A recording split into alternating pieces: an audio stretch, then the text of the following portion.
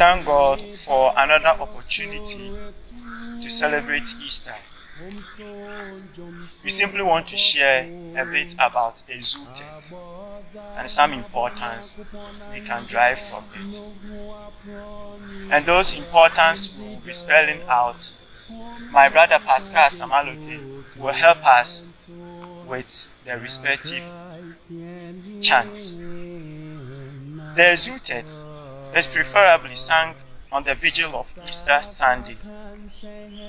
The present rites of the blessing of the fire, of the procession and its lumen Christi, and of the blessing of the Easter candle has evolved over time.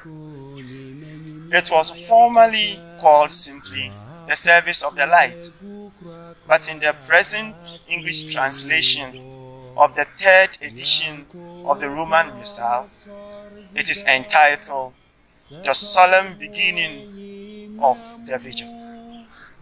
The solemn liturgy begins, usually outdoors, as the candle is being carried in procession into the dark church.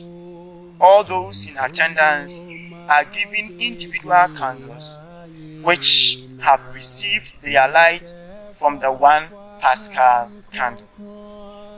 When the Paschal candle is placed in its designated candle stand in the church, the candle is incensed, and the deacon, or a priest, or a lay cantor, if need be, intones one of the most evocative and poetic hymns of praise in all liturgy, the Easter proclamation, also known as the exultet, named after the first word of the Latin origin. The chant notation in the Missal is not difficult to sing, but the Easter proclamation is lengthy, so one must prepare well. It is also important to take note of the rubrical instructions concerning the exultet, which are contained in the Missal, deciding which of the various options best suits a given community and the capabilities of its ministers will go a long way to ensure a rendition of the exultet which is both dignified and evocative of joy. As the rubrics indicate, intoning the exultet is primarily the responsibility of the deacon. In the absence of a deacon, it may also be sung either by the priest who is presiding or by a concelebrant. However, if local circumstances suggest it, the instructions also permit the intoning of the exultet by a lay cantor, with certain indicated portions of the text being omitted. If the length of the text proves daunting, the Missal also contains an abbreviated form of exultet. These various options, together with the determination of which ministers will execute them, should be discussed early in the planning stages and never left to chance at the last minute. In the important and influential sacramentary compiled from the Roman and Northern European sources for the 9th century court of Charlemagne, we find the exultet essentially as we know it today, though slight changes. In this early exultet, there was an entire long session devoted to a rich symbolism drawn from the activities of bees. In our present version, this has been reduced to 2 references to the role of bees in production of wax, which makes up the sacred candle. This is beautifully sung. I'll set this candle a solemn offering. the work of peace and of your servant hands, drawn out by mother bees, to build a torch so precious. The exultet also provides a preview of the scriptural and theological themes that will ground the rest of the Easter Vigil liturgy. We have 7 readings, and all of them will be highlighted in the exultet.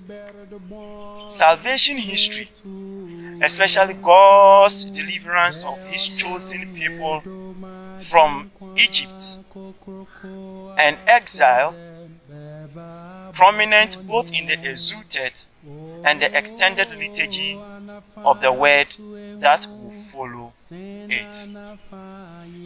When once you led our forebears, Israel's children, from slavery in Egypt, and made them pass dry shod through the Red Sea.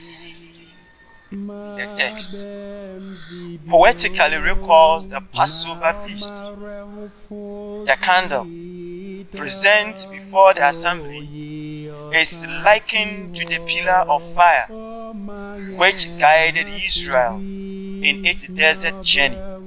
Their miraculous passage through the Red Sea serves as both a sign of deliverance and as a prefiguring of the waters of baptism. But now we know the praises of this pillar, which glowing fire ignites for God's honor. A fire into many flames divided, yet never tainted by sharing of its light. All these have to do with the key moments of the Old Testament, or better still, the Old Covenant. The New Covenant between God and humanity is proclaimed eloquently in terms of the brilliant light of Christ, dispelling the darkness of sin and death for all time. The sanctifying power of this night dispels wickedness, washes fault away, restores innocence to the fallen, and joy to mourners. What a beautiful hymn. For centuries, the exultet has served as a liturgical jewel of unsurpassed beauty. On this, the mother of all holy vigils, at St. Augustine aptly described the Easter Vigil as the exultet exhorts us. Be glad, let earth be glad, as glory flares here, ablaze with light from the eternal King. Let all corners of the earth be glad, knowing an end to gloom and darkness. Be glad, let earth be glad, as glory flares here, ablaze with light from her eternal King.